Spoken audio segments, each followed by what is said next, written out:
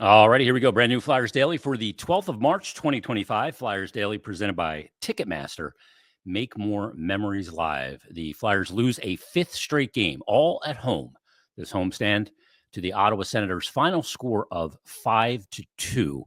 Ottawa ends up out shooting the Flyers 24-22 in the game, and the Flyers' woes continue. And they scored more than one goal. That's progress. But two is very often not enough in the NHL. And they proved it once again last night. And they get off to a tough start in the game. Just 24 seconds in on the first shift, Brady Tkachuk gets the one-time shot on a great cross-ice pass from Claude Giroux to make it 1-0. Just 24 seconds into the game, you're going, oh, no, here we go again. And then just about 6 seconds later, at the next whistle, Nick Seeler takes a penalty. Flyers going on the PK. Now you got to kill a penalty, too, at the 13th ranked power play in the league. They were able to kill it off in the first period, only down 1-0 in the game. Shots in the first period, 6-5. Low event hockey in that first period in favor of the Ottawa Senators. They really didn't have many good chances. Flyers didn't have a really tremendous amount of good chances in the period either. So they go into the second, only down a goal. 3:05 in. One of the guys you can be happy about of late and the way he's played really for a while now has been Jamie Drysdale. He activates into the middle of the ice in the offensive zone. First, he sets up for a one-timer, doesn't get the initial pass from Olle Lycksell, and the Lycksell decides to cross-ice pass to Travis Konecny, who then, as Drysdale moves up the middle of the ice, grabs that puck, goes in, and goes backhand, is able to beat Anton Forsberg. It gets the Flyers on the board, and Jamie Drysdale picks up his fifth of the season. He's been a little hot offensively lately as well. Scored in the game prior, and the Flyers get it tied at 1. And funny thing, too, his added offense lately has not come at the cost of his defending. Now, he's never going to be a great defender, but he's defended pretty well, so it hasn't come at that cost. But just about a minute 10 later, minute 9 later, at 4:14, the Senators regain the lead. Tyler Kleven picks up his third goal of the season. Kind of a bizarre play where the puck is like kind of flipping and spinning right at the blue line. He gets it flat on his blade and kind of lacrosse shots it into the net, and he's got a double screen there with one of his forwards and Travis Sanheim tied up. And Ivan Fedotov is slightly shaded to the short side, and he doesn't pick up the puck, and it beats him on the glove hand side, the long side. And that puts the Senators back up 2-1. Flyers, though, get it tied at 8:45 of the period from an unlikely source and an unlikely line that didn't even play a lot in the game. I think they had a total of maybe 7 or 8 shifts. Rodrigo Abbl played just over 5 minutes in the game, but he picks up his second of the season, second NHL goal on a great pass from Cam York as York comes off the bench, activates down the wall, and 2 Ottawa Senator players go to him as he's kind of coming around the corner, and that leaves somebody open. It's Rodrigo Abbl in a good spot. He gets the little shovel pass from Cam York and puts it in, puts the Flyers back in this game, tied at 2. Jacob Pelletier picks up an assist along with York on Abbel's second of the season, and the Flyers are tied at 2-2. But then at 15:01, this is the goal that breaks the back. It is the Michael Amadeo goal. As he comes down, he's coming down the right side wide and kind of dropping the shoulder and trying to go to the net. As he gets below the dot, and he's got Couturier right on him with Couturier with the stick in there and body. And he's also got Couturier's got support from Sanheim in the middle. So there's no way Amadeo is getting to the middle of the ice. So what does he do? He just shovels the puck right along the ice, but Fedotov doesn't get down in time. There was no other options, really no excuse to not be down and cover the bottom third in that situation. He's not going to be able to go upstairs. He's too big. He's covering too much net. He does make the read right where he takes a lot of ice. He's kind of outside his crease, but he's got to get down and seal that 5-hole, and he just doesn't. And you can see the biggest tell for a goaltender that he doesn't like a goal he just gave up is watch his head after he gives up a goal. If his head goes like this and looks up at the ceiling, he goes, I can't believe I just let that in. And that's exactly what happened. And Amadeo ends up being the game winner.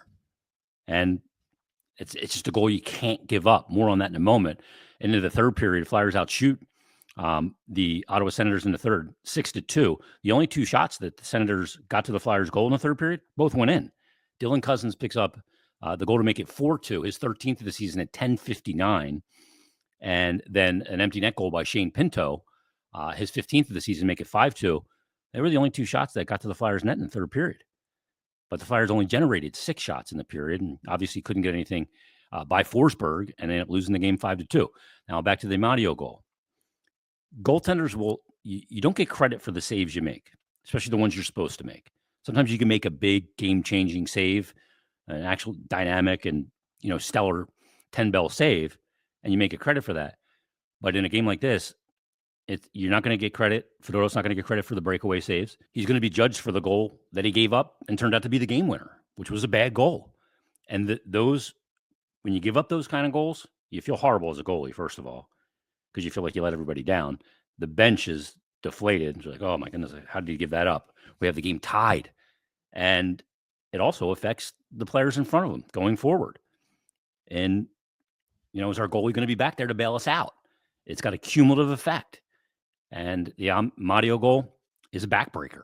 And that turns out to be the difference tonight as the Flyers lose this game 5-2. Now, look, it's been all 5 games at home. They've lost all of them. Got a 5-game skid. And it's not going to get any easier. The next 5 games are against all playoff teams and pretty damn good teams. Tampa coming up on Thursday at Wells Fargo. They'll wrap up the 7-game homestand in Philadelphia Saturday against the Carolina Hurricanes, another really good team, playoff-bound team. Then they'll start a 5-game road trip in Tampa coming up on Monday, the 17th, on St. Patrick's Day. Then you got Washington, best team in the East. And then you got Dallas, who I think is the best team in the West. And just got Mikko Rantanen. They're an absolute wagon. So the road ain't going to get any easier. And yeah, look, the team, we know, if we're being rational, we know that this Flyers team is severely depleted. They've traded away, Morgan Frost, Joel Farabee. They traded away Scott Lawton. You've lost some guys. Kuzmenko, 4 forwards that were in your lineup, and you're replacing them with inferior forwards. So it's going to be tough the final 16 games. I don't know where it goes. They're not currently constructed how they'll be constructed next year, but it's not going to be easy over the next 5. Teams got to go out there, and I think it's more about individual efforts and guys continuing to progress and show something here as we come down the stretch. Guys like Jamie Drysdale, who's turned his game around, doesn't look like he's thinking. Guys like Bobby Brink or Noah Cates or Tyson Forster need to finish strong. Cam York, I think, could use a strong finish. TK's got to get his game back a little bit and have a strong finish. It's tough for him right now. He's playing with Ryan Poehling and, playing in a situation on a checking line. So we'll see where it goes. Now, one of the elements from the game last night that I thought was interesting, Brian Smith brought this up on the postgame show. When you look at the minutes played in the game, it's the most minutes by 3 seconds for Matvei Michkov, 21:57 on 24 shifts in the game. Now, why is he getting all that ice time? First of all, they want to see how he handles all that ice time. But he's getting it first and foremost because since the 4 Nations break, it looks like he's got his legs again. So he's getting a lot of ice time because he's got his legs. If he doesn't have his legs, you don't want to trot him out there and put him in a horrible situation. But he's got his legs again. And they want to see how he reacts playing 21:57. Plus, again, you don't have many other options. You're basically down a line and more from what you traded away over the last couple of weeks. Abbel's had 5 minutes and 8 seconds of ice time. Delarier 6:49, and Jacob Peltier only 6:28. So your fourth line didn't get a lot of ice time in this game. So other guys got to get more. Couturier played over 20 minutes on a line with Michkov. Forster played 21. Konechny played over 22 minutes in the game. So it's got to come from somewhere. And right now, Michkov carrying a lot of ice time, and you want to see how he handles it coming down the stretch and how this team handles it. And I imagine that Sam Erson's going to get the game coming up on Thursday after Fedorov got 2 straight games.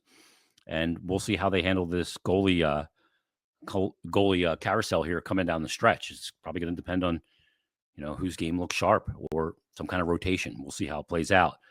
That's another area that's under a lot of evaluation. Got a lot of questions from people and DMs about, the Flyers, how they're going to look next year. Are they going to go out into the goalie market? Yeah, they could go into the goalie market or find a trade where you find a guy that, you can have for 2 or 3 years and until you hope either Carson Bjarnason or Zavragin is ready. You need to have goaltending because if you do want to move the team forward, as I think they do next year, and take a step in the building direction, you've got to have goaltending that you can count on. because it's the one position that can undo everything if you don't get it. So there's big question marks there that need to be answered here coming down the stretch.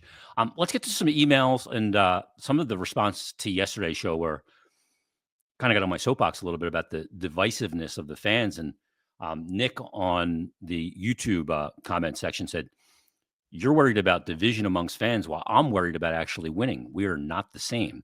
So I responded to Nick and I said, when did I say I wasn't worried about winning? Sports are ultimately all about winning. That's how you're judged. And that'll be the case. I have said repeatedly, sports are all about winning, and that's how a team and franchise and Danny Briere and Keith Jones and this regime will be judged. And his response was, my point is nobody should care about division amongst fans. Division amongst fans only happens because the team isn't winning. If the team cared about its fans, they would do everything they could do to win.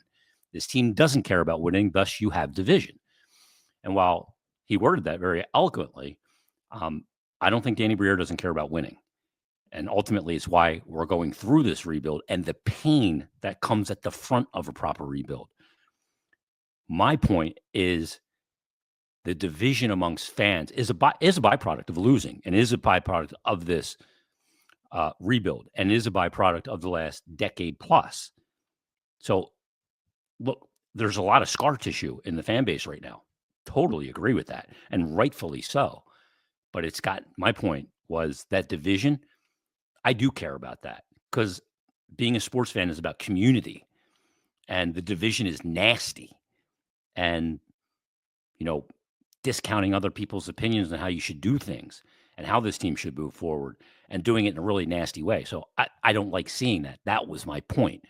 I care about the team winning, and this rebuild does need to be done correctly. I've said several times, you cannot microwave a rebuild. If you microwave it, it tastes like microwave food, which isn't good. You have to do it patiently and properly. And they have stuck to their plan. And this offseason, maybe the fun begins as they begin to add. I got an email from Ed, and he said, "Hi, Jason. Great show yesterday. Love your passion and love the Flyers and the game at large, the game of hockey." He said, "I must admit, it's difficult to see the light at the end of the tunnel sometimes, but I think the direction under Danny is going to be great in the long haul." We'll see. Look, based on what they've done so far, they put themselves in a position to make it great, but you got to make the right decisions on players that you sign, players that you trade for, players that you draft and develop. There's still a lot of key elements yet to even be performed that will determine if this rebuild is successful.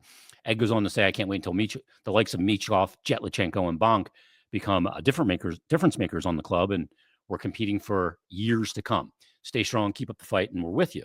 Well, I appreciate the email, Ed. And yeah, I mean, Jetlachenko, will we see him again this year? We'll see.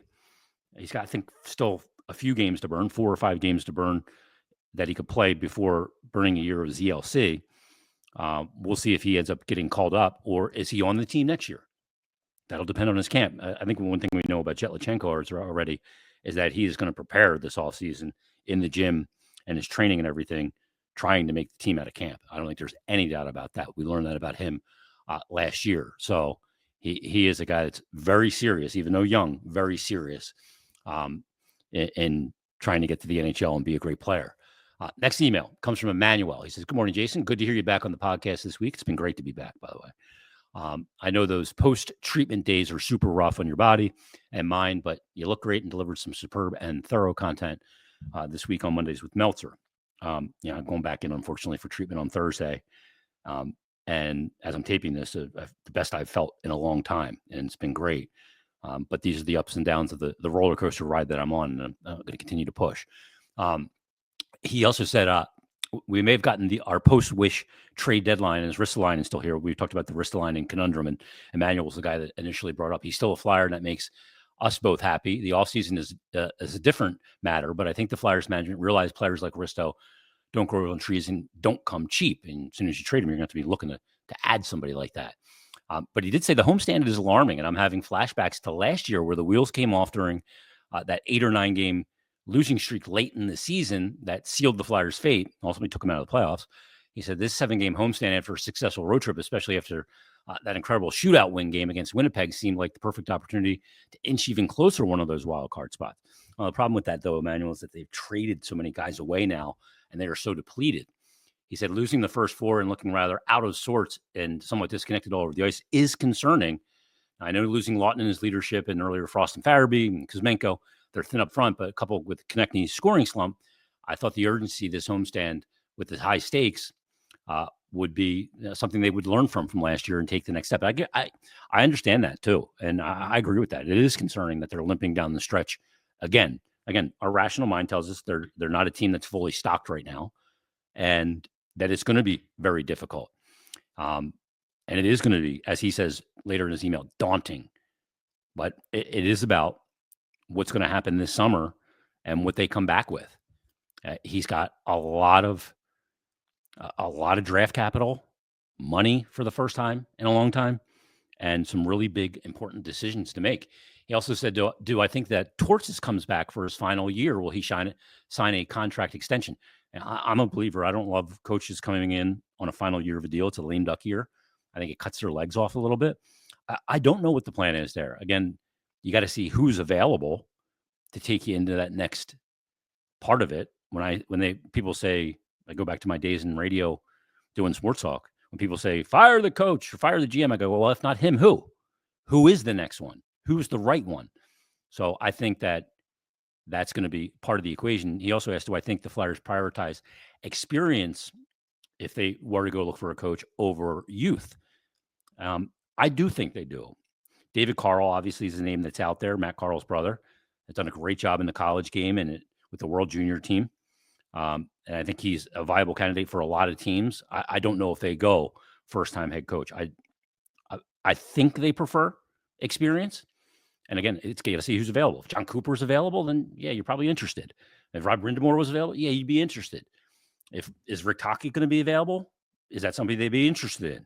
Is Mike Sullivan going to become available in Pittsburgh? I think he is. Is that somebody that they're interested in? So that those are all part of the equation.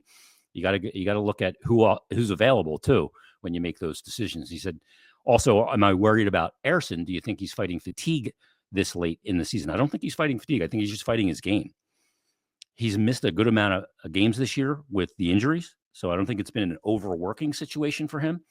I think he's just in a rough patch right now. And one of the things in that evaluation of the goaltending is going to be consistency and reliability. You got to be reliable, not for just stretches of 12 or 15 games. If you're going to be the starter, you got to be reliable for 55 games. And look, he's not going to go out there and give you 10 great efforts in every 55 games. He's going to have nights where they struggle, and the team's going to struggle, no doubt. But I think Sam's just fighting his game right now and confidence. He said, thanks, Jason. Keep well and keep fighting, and I will do exactly that. Also got one here from Ian. He said, I hope this message finds you well, considering the circumstances. Hope treatments are going well. Your attitude and mentality are inspiration to many of us. Keep those gloves off. I will keep them off. Although it's not easy. He talks about being very disappointed in TK as he's snake bit right now. Might be in his own head, and I totally agree with that. He said he's still one of my favorite players, but he's got to get more. Got to get more from him offensively. He needs to be a leader, even more with Lawton gone. And I agree. I think Konechny's got to step into that void a little bit. He may have. I don't know for sure. I'm not around the team as much anymore. I can't be down there at games and risk getting sick right now. But he goes on to say, I don't think that they've quit or given up. And I think they're playing hard. I think they're just depleted. And I don't know what these final 16 games are going to look like, but I'm anticipating that it's not going to look great. And it's going to be very difficult. And these next 5 games absolutely are going to be difficult for the Flyers to navigate. It's going to be very tough. So I think we all need to prepare ourselves for that. I mean, the tank crowd will love it because, maybe you help your draft position or your lottery odds. But the thing I want to see is consistent, hard effort, and I want to see continued development of some of the younger players. I want to see what Emil Andre has got at this point. And, is he a guy that is coming in next year with a spot where he's going to be on this team right out of camp? I think he's got a real chance. I think he should be. I'm hoping so, because I think they need a player like him. One more from Craig says, hi, Jason. Good seeing you, hearing you back this week. Trust you're pushing through the treatments and are okay. I love your insights and thoughts on the Flyers. I'm prone to being a reactionary fan and envy your rational thinking. where I just try and remove the emotion from the situation. That's all I'm doing. He said a rebuild is incredibly hard in hockey. I totally agree with that. Danny B sure seems to be all he can reasonably do with the cards he's been dealt to move the Flyers forward in a sustainable manner. Why wouldn't the fan base? Wouldn't the fan base be so split like the U.S. is today? I totally agree with that. It is very uncivil and toxic, like he says in his email. It's incredibly unfortunate as we're all citizens together and should work to make society and the country better for all, not just a few. Good folks need to come together. I know you don't know me, but I'm pulling for your 110%. Stay strong and take care. Craig, thanks for the email, Craig. Yeah, I mean, that's the thing. It has been hard on the fans. And the fans, Flyer fans in particular, in Philadelphia, have been conditioned to always be good because they were for years in a pre-salary cap. Money was never an issue. If they needed something, they went out and got it. They paid for it and they overpaid for it. And the team, through many, many decades, playoffs were not even a topic of discussion. They were going to make the playoffs. It was, are they going to be healthy and playing well at the right time and be a legit cup contender?